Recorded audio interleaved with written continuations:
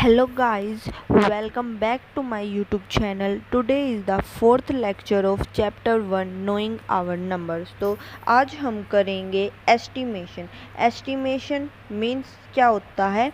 Estimation when there is a large number we approximate that number to the nearest value. This is known as estimation. तो जब हमारे पास एक large number होता है, large number means 10 lakh, 1000, 10,000, 100,000 ये सब, तो हम उसे नियरेस्ट वैल्यू मतलब नियरेस्ट प्लेस वैल्यू की तरफ हम उसे अप्रोक्सीमेट कर देते हैं, उसको हम बोलते हैं एस्टिमेशन.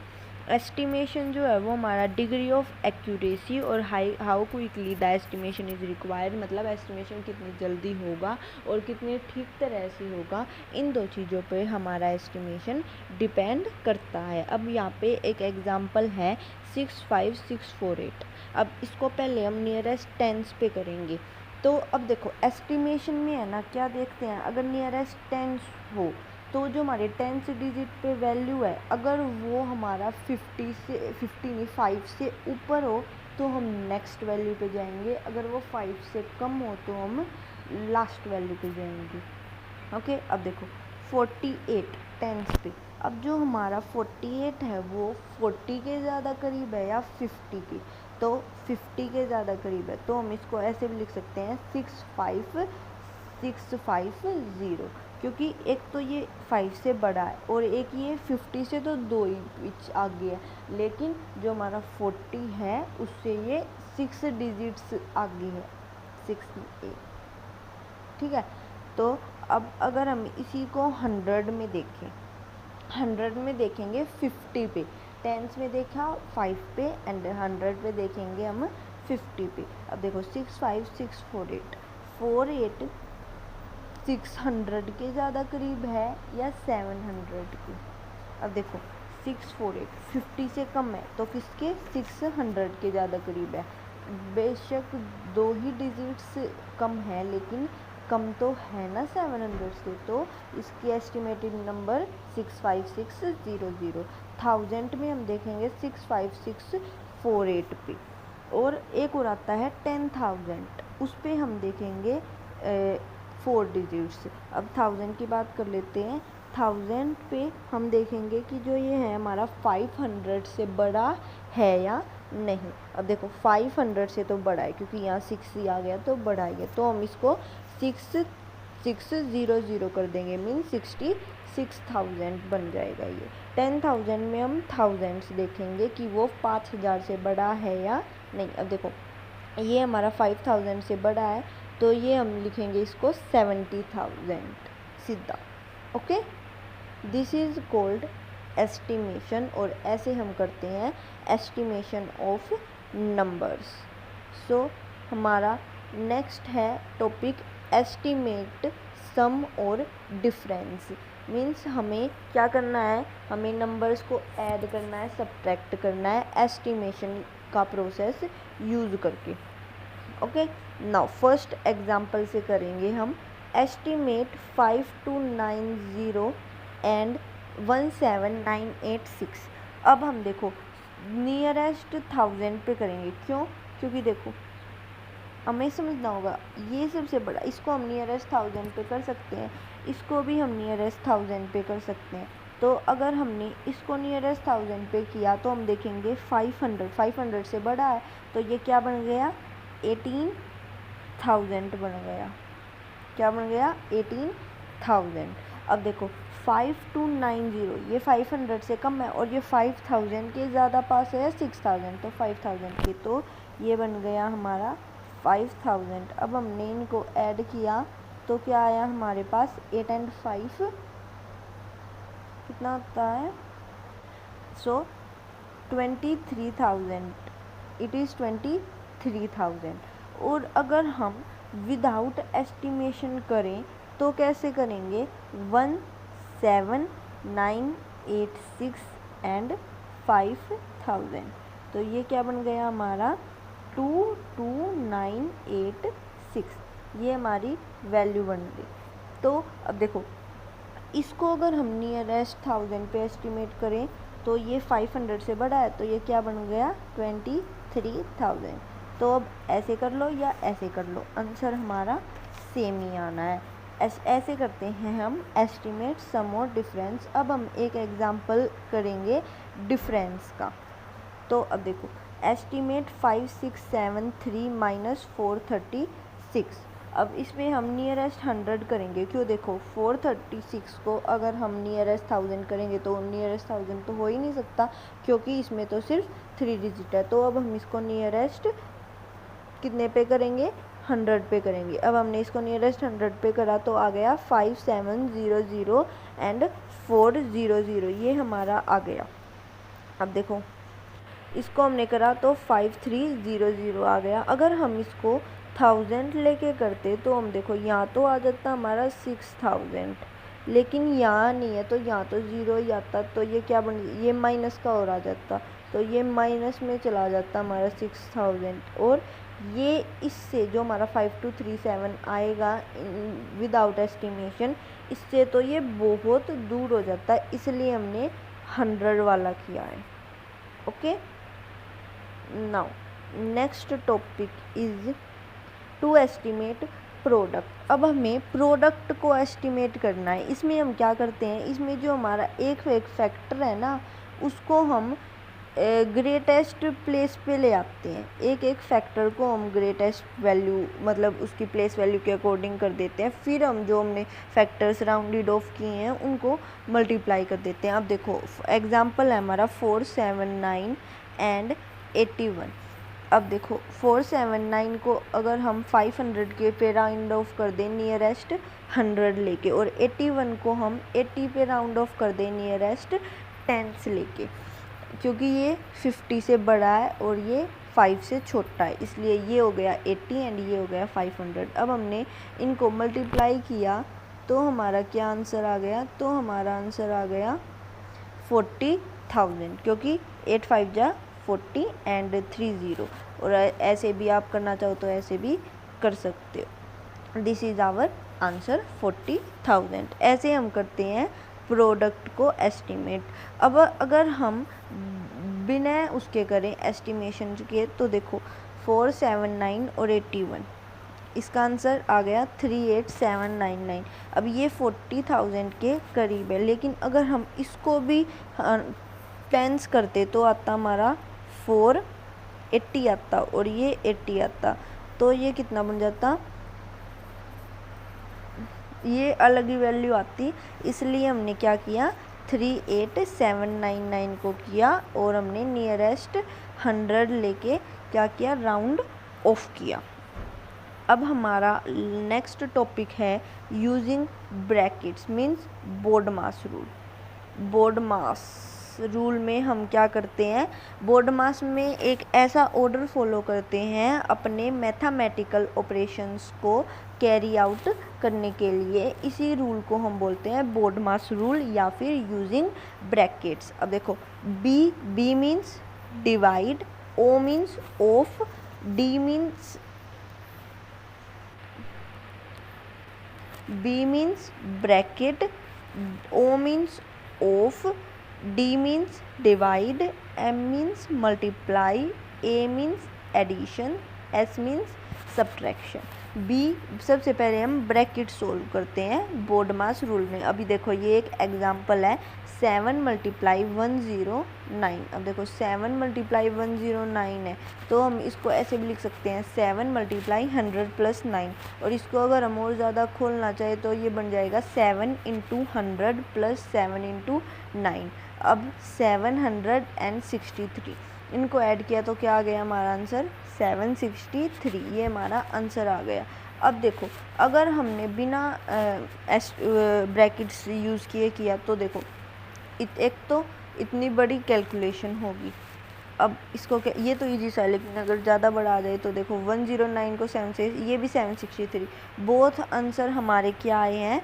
सेम आए हैं। लेकिन जो हमारा इजी तरीका वो है हमारा ब्रैकेट्स यूज़ करके। तो हम ब्रैकेट्स को कैसे यूज़ करते हैं? जो हमारा 109 100, इनको हम 100,000 ऐसे लिख लेते हैं और फिर हम इनको सोल्व कर देते हैं ब्रैकेट्स ओपन करके, बोडमास रूल लगा के। अब हमारा लास्ट टॉपिक है इस चैप्टर का Roman numeral. Roman numeral means Roman numbers. अब हमने हिंदू अरेबिक नंबर्स के बारे में सुन रखा है कि भाई 1 2 3 4 इनको अब ऐसे इन नंबर्स को हम हिंदू अरेबिक नंबर बोलते हैं, हिंदू अरेबिक नंबर। लेकिन जो हमारा रोमन नंबर्स है ये भी कोई आज का नहीं है, ये बहुत पुराना हमारा सिस्टम है न्यूमरेशन का।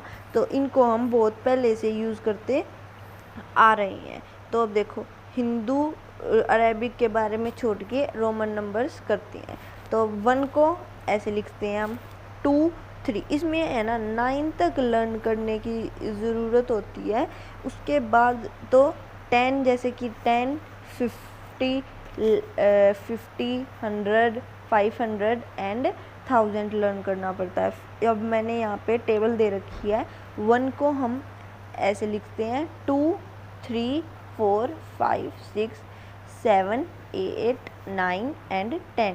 फिर हम 5 को V लिखते हैं, 10 को X लिखते हैं, 50 को हम L लिखते हैं, 100 को C, 500 D एंड 1000 को हम M लिखते हैं। अब देखो 200 को हम CC लिखेंगे, 300 को CCC, 400 को CD। CD क्यों?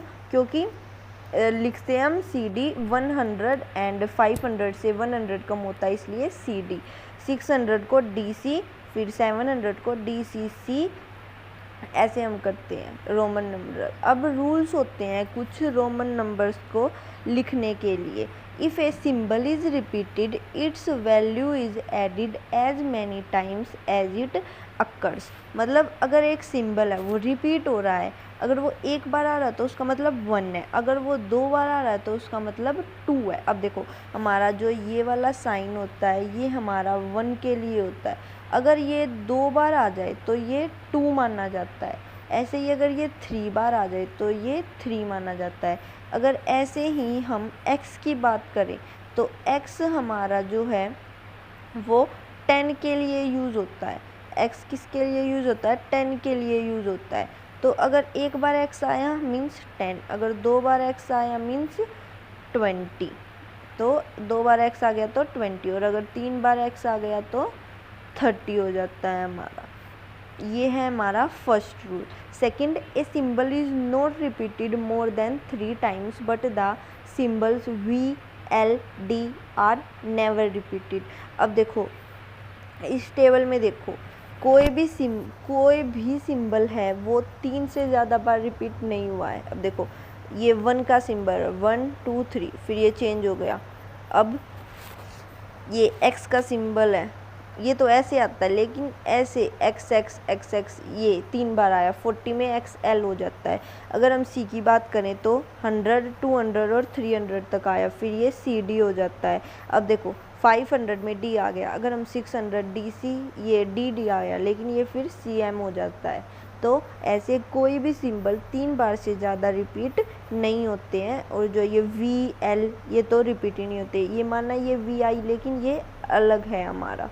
अब हमारा थर्ड रूल है, if a symbol of smaller value is written to the right of a symbol of greater value its value added to the value of greater symbol. Means अगर एक value है smaller value का एक symbol अगले मतलब एक बड़ा value से आगे लिखा जाता है, मीन्स जो हमारी स्मॉलर वैल्यू है वो उस बड़े वैल्यू में ऐड हो गई है। अब देखो कैसे, अगर हम VI की बात करें, V मतलब 5, I मतलब 1, तो ये ऐड हो जाते हैं और ये 6 बन जाता है। तो ये VI कैसा हो गया? 6 हो गया। अगर हम एक और एग्जांपल लें, इसमें देखो X और 1 लेते हैं, X1। तो अब देखो X मीन्स 10, 1 मतलब 1, तो X 10 1 मतलब 1, ये ऐड हो गया तो ये क्या बन गया? 11। तो ये किसका सिंबल हो गया? 11 का। ऐसे ये है हमारा third rule. Fourth rule, if a symbol of smaller value is written to left of a symbol of greater value its value is subtracted from the value of greater symbol. अब third rule था कि अगर smaller value greater value के आगे means right hand side लिखी जाएगी तो वो ऐड होगी। फोर्थ रूल है, अगर वो लेफ़्ट हैंड साइड लिखी जाएगी तो वो हमारी सब्ट्रैक्ट होगी। अब देखो ये v है, इसके आगे अगर मैं 1 लगा दूँ तो ये 1, ये 4, तो 4 माइनस 5, तो 5 माइनस 1 4 हो गया। तो ऐसे बन गया ये हमारा 4, तो 1 4 कितना हो गया, 4 हो गया। अब ऐसे ही अगर मैं बात करूँ 9 की, 1x, तो x मतलब 10, i मतलब 1, तो 10 माइनस 1 9, तो ये सिंबल किसका हो गया, 9 का। अगर मैं बात करूँ एक्स सी की, किसकी, एक्स सी की, तो x मीन्स 10, c मीन्स 100, तो 100 माइनस 10 इज इक्वल टू 90, तो एक्स सी किसका हो गया, 90 का। यही हमारा है fourth rule. Fifth rule, the symbols v, l and d are never written to left of a symbol of greater value, hence v, l, d are never subtracted। तो अब देखो जो ये हमारा 5 है, 50 है और d है, d कौन कौन से, अब देखो 5, 50 एंड 500, ये कभी भी हमारे सब्ट्रैक्ट नहीं होते, मीन्स ये कभी भी ग्रेटर वैल्यू के लेफ़्ट हैंड साइड नहीं लिखे जाते हैं। ओके, अब देखो जैसे कि हम लेते हैं ग्रेटर वैल्यू, इसमें कौन सी ग्रेटर वैल्यू, सी ग्रेटर वैल्यू ले या फिर एक्स भी ले, वी कहीं भी नहीं आता ग्रेटर वैल्यू के। अब देखो आप बोलेंगे ये 1 है, लेकिन 1 वी से स्मॉलर है, ग्रेटर नहीं है। ऐसे ही एल है, ग्रेटर वैल्यू के कभी भी पहले नहीं आता, तो ये 3 नंबर कभी भी सब्ट्रैक्ट नहीं होते हैं। ये हमारा फिफ्थ रूल बोलता है the symbol I can be subtracted from V and X only, मतलब जो हमारा 1 का सिंबल है वो सिर्फ हम 5 से या फिर 10 से ही सब्ट्रैक्ट कर सकते हैं हमारे किसके सिंबल को, आई के सिंबल मतलब 1 के सिंबल को, और हमारे 10 के सिंबल को हम सिर्फ 50, 1000 एंड 100 से सब्ट्रैक्ट कर सकते हैं। अब ये हमारा कुछ क्वेश्चंस हैं, राइट इन रोमन न्यूमरल्स, मतलब हमें रोमन नंबर्स में लिखने हैं इन क्वेश्चंस को। फर्स्ट है हमारा 173, तो मतलब 100 है, 173 मतलब 173, तो 100 सी होता है। 70 को हम कैसे लिखते हैं, एल एक्स एक्स, और 3 को हम कैसे लिखते हैं, ऐसे लिखते हैं, तो ये क्या बन गया, C L X X and 3, तो ये बन गया हमारा 173। अब अगर हम 578 की बात करें तो हम कैसे लिखेंगे, 5 मीन्स 5 को हम कैसे लिखते हैं, 5 की वैल्यू होती है क्या, 5 की वैल्यू होती है d, तो 5 को हमने लिखा d। 70 वही 78, तो 70 L X X and then 8, तो ये बन गया हमारा 578। अगर हम 983 की बात करें तो 900 हम कैसे लिख, cm, तो 900 cm, 83 80 एंड 3, तो ये बन गया हमारा 983। तो ऐसे हम रोमन नंबर्स लिखते हैं। और आ सकता है कि भाई इनको अगर हमें हिंदू अरेबिक में लिखता है तो CM मतलब 90, LXX मतलब 80 और ये 3, तो हम इसको ऐसे लिख सकते हैं 983। Okay, so this is the last lecture of lecture topic. Now in next lecture I will be starting NCERT exercise. Thank you, and if you like the lecture, like, share and subscribe the channel. Thank you.